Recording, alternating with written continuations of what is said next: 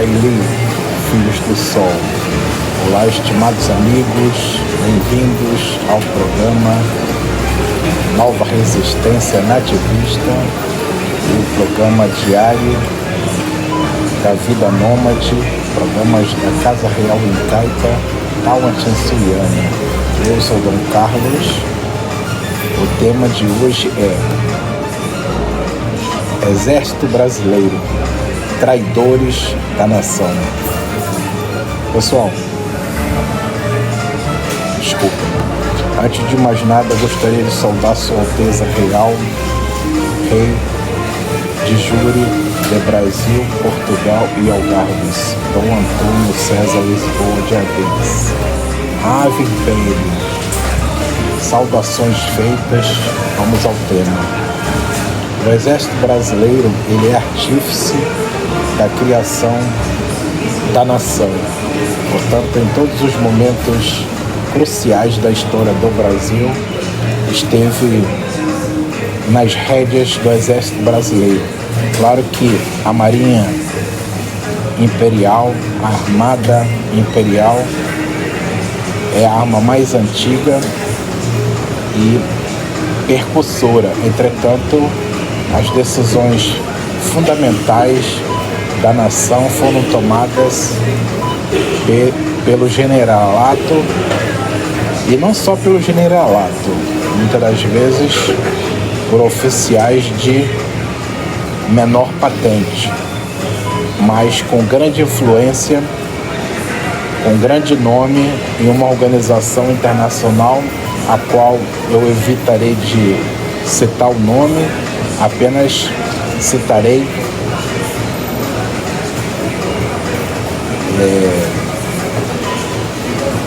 as iniciais FM, a organização internacional FM, a qual quase todos altos comandantes das Forças Armadas, principalmente do EB, Exército Brasileiro, e também da Armada Imperial, a Marinha do Brasil, são membros ativos com cargos de elevada grandeza nessa organização filosófica, religiosa e política, que sempre influenciou na história, tanto do Portugal como do Brasil, né?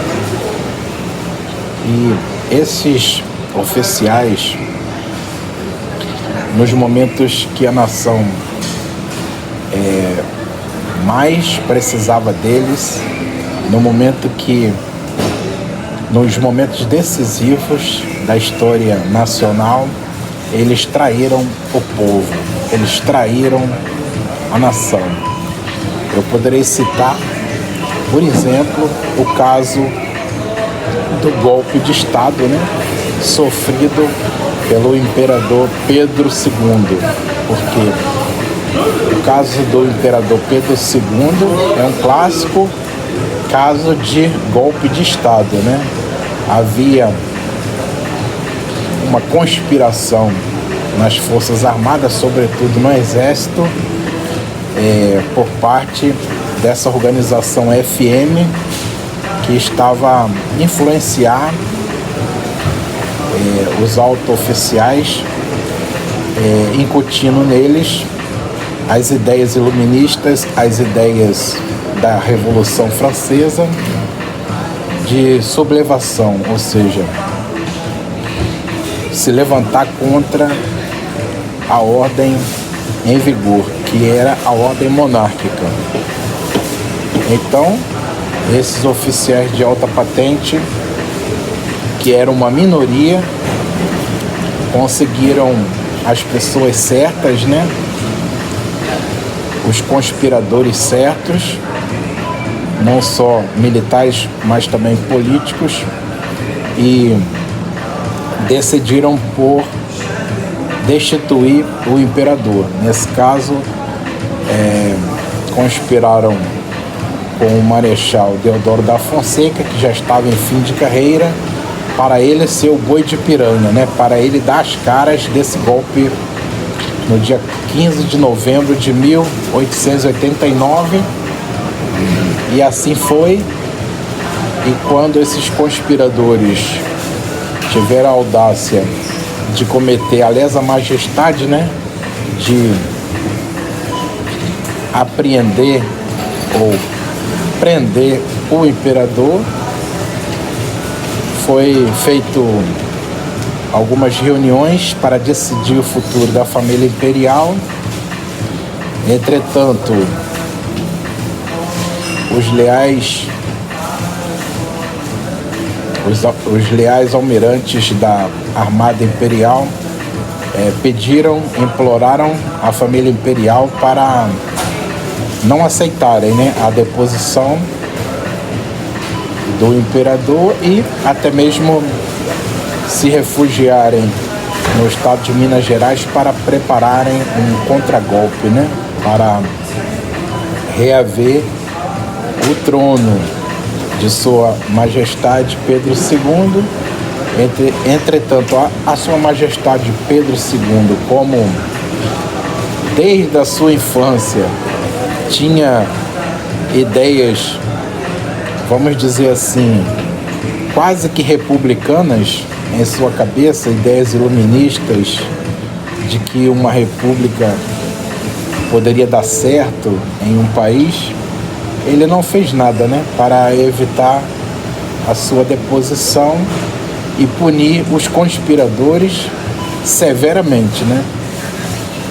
E ele fez o pior, né, que foi desautorizar o Conde d'Eu, que era seu genro oficial do exército, que queria resistir ao golpe de Estado, e também desautorizou o Marechal Tamandaré, que ofereceu ao imperador e implorou um contragolpe para não permitir a queda da monarquia. Então, como os almirantes obedecem ordens, o imperador, sendo comandante em chefe das Forças Armadas, ele praticamente anulou qualquer tipo de reação por parte da Marinha, né?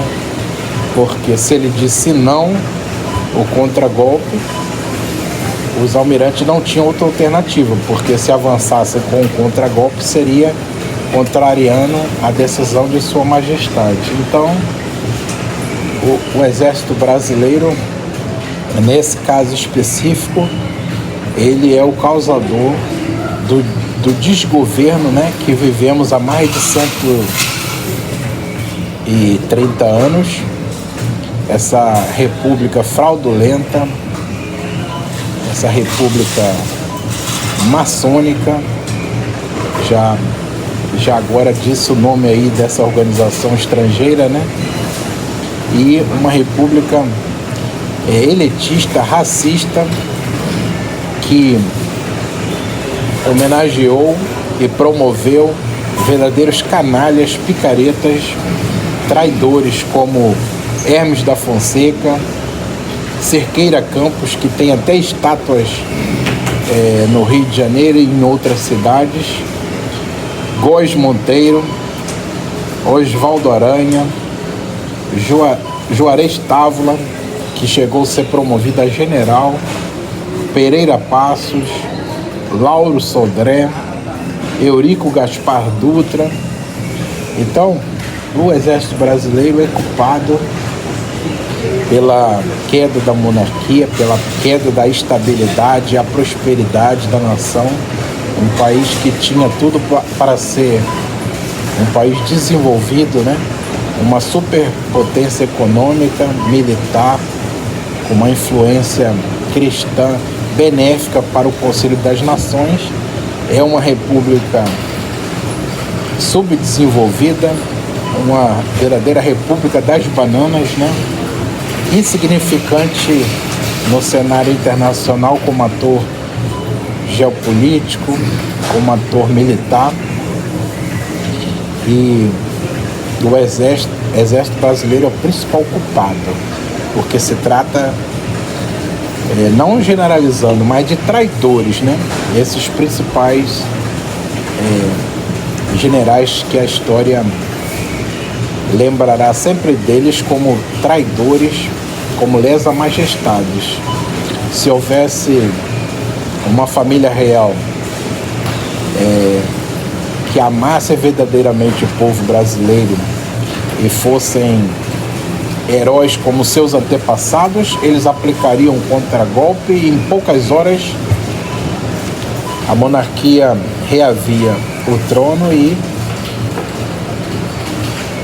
para a felicidade, prosperidade e desenvolvimento da nação. Mas eles permitiram esse grupelho de bandidos, de canalhas, traidores, implantar esse regime fraudulento, né?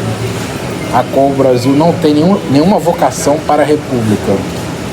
Se trata de um país que foi concebido espiritualmente e administrativamente para ser uma monarquia, e eles implantaram esse sistema aí, obedecendo aos seus senhores, os grão-mestres lá da Westminster, em Londres, porque se tratam de canalhas. Na verdade, esses generais que a história deverá mantê-los na lama da vergonha nacional, eles deveriam ter sido executados por lesa majestade, né? Mas eles têm estátuas aí por várias cidades. Então, esse é o pronunciamento que eu gostaria de fazer, né?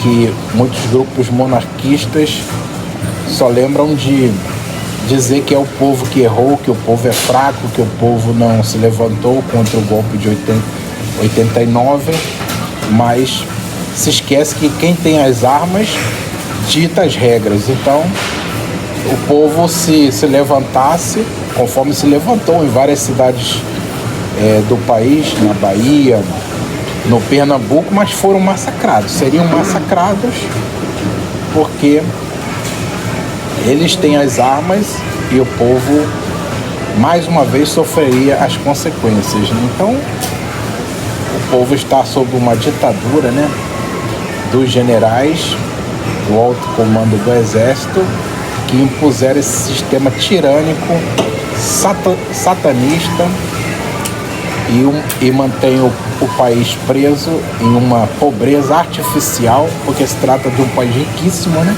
Não tem motivo nenhum para ter favelas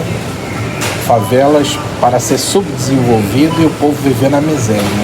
Vocês têm que acordar e restaurar a verdadeira vocação do país, que é a monarquia, mas não essa monarquia aí proposta pela Casa Orleans e Bragança, porque esses aí são vendidos, eles são aliançados com a Casa Real Windsor e a nobreza negra veneziana. Vocês têm que restaurar a verdadeira monarquia, que é a monarquia sebastianista. Nós temos o príncipe Dom Antônio César Lisboa de Avis, com a Casa Real e Imperial à vista das câmaras, montada, tem todo o sistema aí de governança pronto para assumir, desde que haja aclamação, né?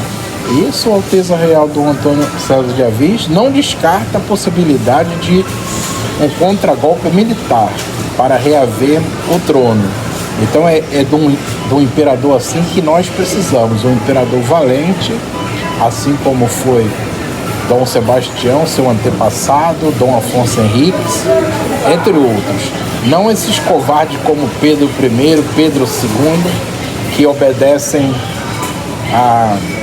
ao controlador internacional em Londres. E esses generais aí que merecem levar com a condenação por lesa majestade por ter lançado o país nesse sofrimento ao longo de mais de 130 anos. Portanto, no dia 15 de novembro não tem nada a ser comemorado.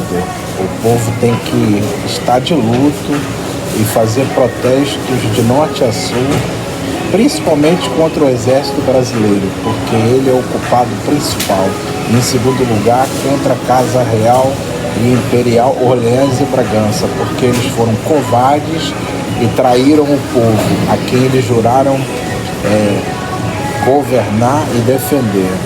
Portanto, dois imperadores fracos. O único imperador de verdade que tivemos foi Dom João VI. Esse sim amava o Brasil e queria um futuro promissor, feliz para a nação brasileira. Pedro I e Pedro II eram imperadores fracos, vendidos e covardes. Nós temos agora Dom Antônio César Lisboa de Avis, que é um patriota, é um rei preparado, porém depende de o povo acordar, né? O povo exigir, principalmente das Forças Armadas, né?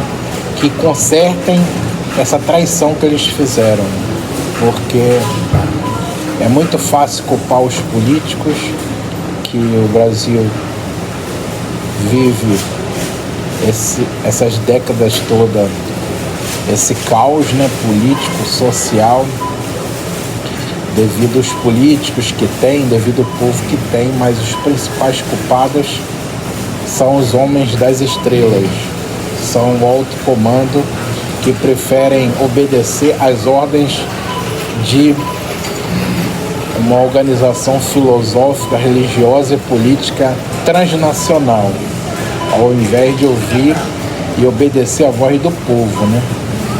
Porém, está nas nossas mãos fazermos a revolução. A revolução começa primeiro nos corações, nas mentes e, por último, a revolução com fuzis, com canhões e derramamento de sangue, porque, segundo a Bíblia Sagrada, sem derramamento de sangue não há remissão de pecados. Portanto, uma revolução verdadeira tem que ser banhada a sangue, porque revolução com florzinhas ou outro tipo de manifestação popular dá nisso, dá em subdesenvolvimento, em escravidão e opressão, tirania. Quantas ditaduras tivemos desde o golpe de 1889? Quantos golpes militares tivemos desde 1889? Em um regime monárquico, isso não se daria. Em Portugal não é diferente. Tivemos o golpe militar de 1910, que destituiu o rei constitucional Manuel II. Antes, porém, em 1908, o assassinato a mando de Londres de Carlos I e o príncipe sucessor na Praça do Comércio em Lisboa. Portanto, essas ordens sempre saem do trono de Satanás, a grande loja de Westminster. Porém, os nossos oficiais, traindo a pátria, obedecem à força misteriosa, uma organização transnacional. Porém, devemos honrar a memória de grandes comandantes que tivemos, como o Almirante Tamandaré, herói da Guerra do Paraguai, que tudo fez pelo povo brasileiro e pela nação. Também devemos honrar o General Osório, o Conde Dan, marido da Princesa Isabel, herói da Guerra do Paraguai, e principalmente Luiz Felipe Saldanha da Gama.